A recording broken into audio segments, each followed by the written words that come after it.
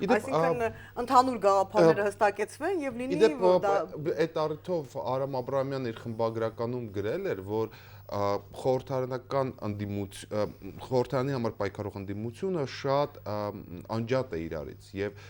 Նիկոլ Փաշինյանի եւ Ռաֆի Հովհաննիսյանի առաջադրվելը մեկ ընտրատարածքում ցույց է տալիս, որ իրենք ոչ միայն չեն պայքարում հանուն իշխանության կամ դեմ իշխանության, այլև նույնիսկ իրարից տեղյակ չեն։ Չէ, այստեղ իրարից տեղյակ չեն, ինչ հասել են, նրանք պարտավոր չեն միմյանց զեկուցել իրենց մտադրությունների մասին։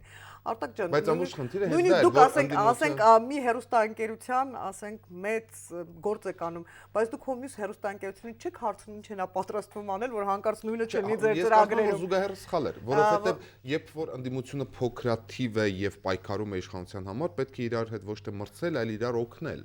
ռեսուրսները կենտրոնացնելու, հաղթանակի հավանականությունը բարձրացնելու, եթե մի ընտրատարածքում է։ Ես կարծում եմ, որ դրա ստարտը տրված է, որտեվ Ռաֆի Հովհաննիսյանը կոչով դիմել է, դուք գիտեք, եւ ասել է, որ ժամանակն է, որ ընդդիմությունը արդեն մի կողմ դնի այդ բոլոր բաները, նստի եւ քննարկի, այո, ինչ որտեղ նաեւ այդ համակարգող գործունեությունը իրականացնելու համար։ Ժառանգության ազատ դեմոկրատների մի կողմից եւ ՀԱԿ-ը մյուս կողմից տարբերությունը։ Ձեր երեքի տարբերությունը, որպեսզի քաղաքացին կարողանա կողմնորոշվել։ Դուք ոնց որ ավելի քաղաքակիրթ եք իշխանությանը քննադատելիս, չեք հայոյում իշխանությանը, այդքանը գոնե արտաքոս։ Գիտեք, ես հայհոյելու մասին մի բան կարող եմ ասել, հայհոյելը դա գոլոշի բաստողնելու լավագույն տարբերակն է, որովհետև երբ որ դու սկսում ես հայհոյել եւ ասենք հանրությունը քո հետ միասին համընթաց սկսում է հայհոյել, դուրս է գալիս ինչ որ այն քանակությամբ էներգիան, այդ էներգիան սպառվում է անարդյունք։ Ինձ թվում է եւ ես վստահ եմ նաեւ մեր դաշինքին թվում է, որ ընդդիմության թիվ 1 խնդիրը դա օրհասական, իսկապես նրանք օրհասական խնդիրներ են։ Խնդիրների ձևակերպումների եւ նրանց պրագմատիկ լուծումների ամբողջությունն է, որ պետք է ներկայացնել։ Ինչ վերաբերվում է տարբեր տակտիկաներին, հասենք օրինակ ՀԱԿ-ը որդեգրել է միտինգային տակտիկան եւ դա նրա իրավունքն է, ընդ որում քաղաքական ուժը, մենք նաեւ մեր լիբերալ աշխարհայացքով պնդում ենք, որ ցանկացած քաղաքական ուժ ինքնարտահայտվելու իր դաշտի իրավունքն ունի։ Եթե ասենք ինչ որ մի ընդդիմադիր ուժ ընտրել է այդ միտինգային մարտավարությունը, դա նրա իրավունքն է եւ մենք ձեր երկուսի հիմնական տարբերությունը 3 հատ։ Ես չեմ ուզում խոսել տարբերությունների մասին։ Չէ, որ ես ընդդիմադիր հայացքներ ունեմ եւ այս երկրի քաղաքացի եմ եւ տեսնում եմ, որ կա երկու ինձ համար համակրանք առաջացնող քաղաքական ուժ, ՀԱԿ-ը եւ Ժառանգություն ու ազատ դեմոկրատները։ Ինչպես տարբեր է ով է։ Գիտեք, այսպես ով բացի դեմքերից, հա։ Բացի դեմքերից դուք ասացիք, որ դուք շատ խիտ գաղափարական կառույց եք։ Այո, մենք 3 տարբերություն ասեք։ Այո, մենք մտադիր ենք ներկայացնել, այսինքն մենք արդեն ներկայացրել ենք մեր բանաձևում, մենք մտադիր ենք ներկայացրել սոցիալական պետության կառուցման մեր մարտավարությունը, որտեղ կլինի ոչ թե դեկլարատիվ, այլ ուղղակի հստակ 3 տարբերություն։ Ես ուտեմ ասում,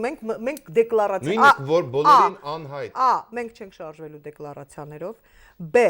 ժառանգության падգամավորները իրենց գործունեությամբ փաստել են, թե ինչ աշխատանք իրենք կարող են տանել շարքային ՀՀ քաղաքացիական շարժումների եւ այլ տիպի նման գործընթացների պաշտպանության գործում եւ երրորդը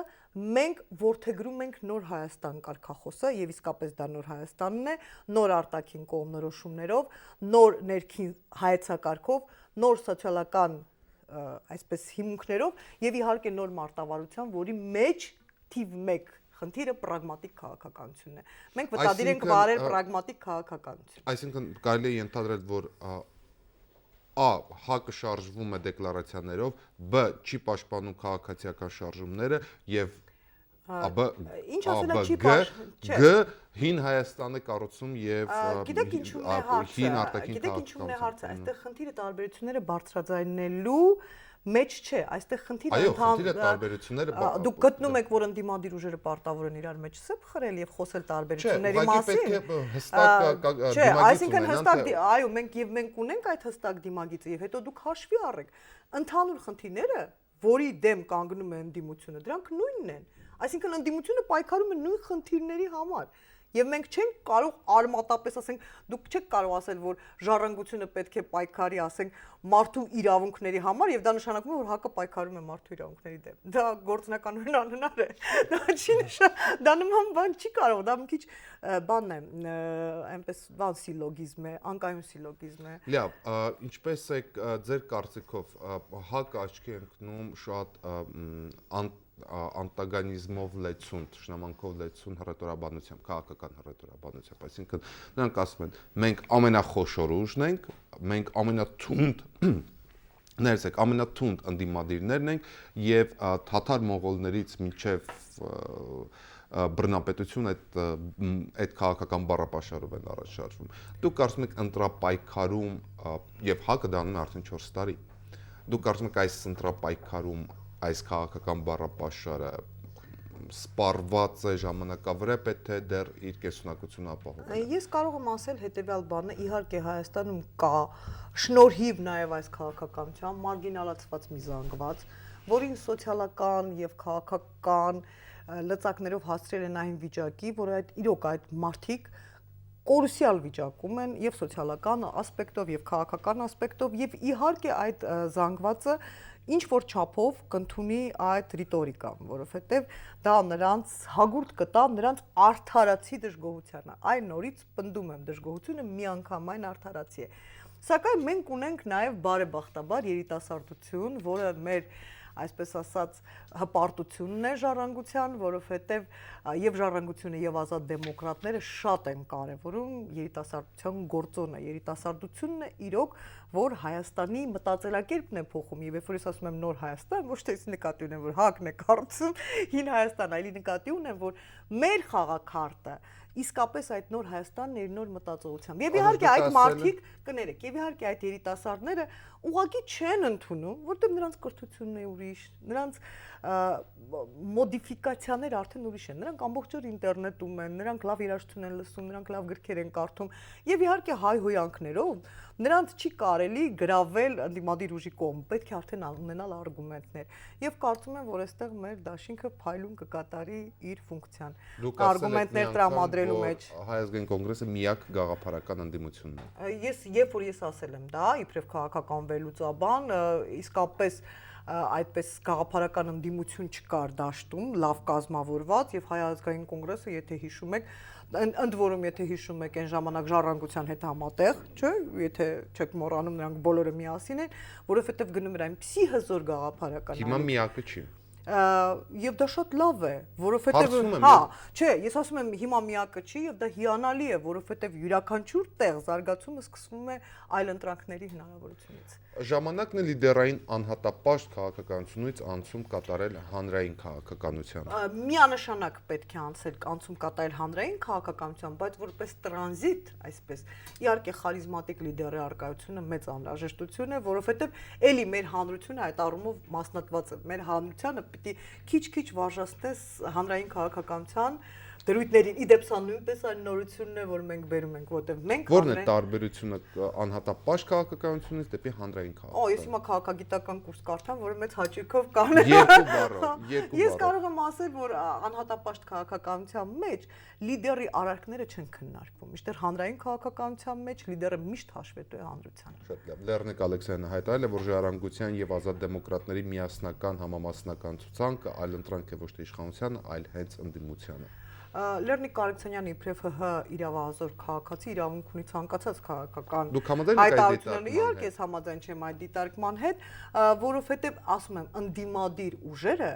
այժմ հիմա նայեք մեզ ինչ է ուղղակի մեր արժև ինչ գերխնդիր կա բոլոր ընդդիմադիր ուժերի։ Մենք պարտավոր ենք այս կարճաժամկետ միասնությամբ ապահովել արդար, ազատ եւ թափանցիկ ընտրությունների առկայությունը Հայաստանում։ Դուք հավատում եք, որ հնարավոր են ազատ արդար ընտրություններ։ Ես հավատում եմ դրան, որովհետև ոչ թե որպես այսպես հավատավոր օթից, այլ ես կարծում եմ, որ Հայաստանը այլևս ելք չունի։ Հայաստանը այս քաղաքական գործընթացների հետ ընթացքում այն աստիճանի է կորցրել իր քաղաքական վարկանիշը, որ բոլորիս գործն է այդ քաղաքական վարկանիշը վերականգնել։ Ձեր ցուցակից Կարապետ Ռուբինյանը պնդում էր, որ ճիշտ հակառակ ընտրությունները կանցնեն այնպես, ինչպես անցել են նախկինում։ Գիտեք, ընտրությունները գուցե անցնեն այնպես, ինչպես անցել են նախկինում, դա էլ տարբերակ է։ Ես ասում եմ, մեզ մոտ իսկական լիբերալիզմ է, մենք տարբեր տեսակետներ ենք արտահայտում, բայց միևնույն ժամանակ ես կարող եմ ասել, որ իհարկե որակական փոփոխություն լինելու է, որովհետև դուք գիտեք, իբրև քաղաքականապես շատ, ես ձեզ անձնապես ճանաչում եմ, քաղաքականապես շատ զարգացած մարդ, որ հիմա համաշխարհային զարգացումներում այնպիսի վեկտորներ են առկա, որ այս հին մոդիֆիկացիան այլևս չի աշխատելու, եւ հին քաղաքական մոդելը Հայաստանի վրա դնելն այլևս անհնար է, այլապես մենք ուղղակի կկորցնենք մեր պետությունը։ Ինչպես է ընթանալու ձեր նախընտրական քարոզարշավը, հաշվի առնելու եք, որ մենք ապրում ենք Twitter-ի, Facebook-ի եւ սոցցանցերի YouTube-ների դարում։ Ես գիտեմ, որ մենք արդեն դա հաշվի առել ենք, որովհետեւ Facebook-ում, Twitter-ում լայն աշխատանք է ծավալվում, բայց դա շատ ոչ այնքան լայն աշխատանք է նպատակաուղղված, այլ դա իսկապես առողջ քննարկման այն ցանկությունն է, որ պաշարվում է մեզ բոլորիս, եւ կարող եմ նաեւ ասել, որ նախընտրական արշավի ժամանակ կլինեն սյուրպրիզներ, թող դա լինի մեր ինտրիգը։ Քաղաքական տեխնոլոգիաների իմաստով։ Եւ քաղաքական տեխնոլոգիաների, եւ գաղափարական ասպեկտների, եւ շատ այլ ասպեկտների։ Անուշ շնորհակալ եմ հարցազրույցի համար, միշտ հաճելի է զրուցել խելացի եւ հաճելի կնոջ հետ։ Եվ հաջողություն ընտրապայքարում։ Սիրելի հեռուստադիտողներ, ես հիշեցնեմ, որ մենք զրուցում էինք Ազատ դեմոկրատներ կուսակցության փոխնախագահ Անուշ Սեթրակյանի հետ, նա ասաց, որ Ազատ դեմոկրատների ցուցակը կազմվել է ազատ եւ քննարկման արդյունքում, այստեղ պետք չի փնտրել ինտրիգ, նաեւ ասաց, որ աշխարհում քաղաքական վեկտորների փոփոխությունը ուղղակի չի թողում Հայաստանին այլընտրանք կազմակերպել ոչ պակաս քան ազատ եւ արդար ընտրություններ եւ նաեւ տեղեկացրեց, որ սպասեք ընտրապայքարին լինելու են անակնկալներ, թե ինչպիսին արդեն, պես ասում են, կապրենք կտեսնենք, քիչ է մնացել։ Սա բանաձևն է, շնորհակալություն ուշադրության համար եւ ցտեսություն։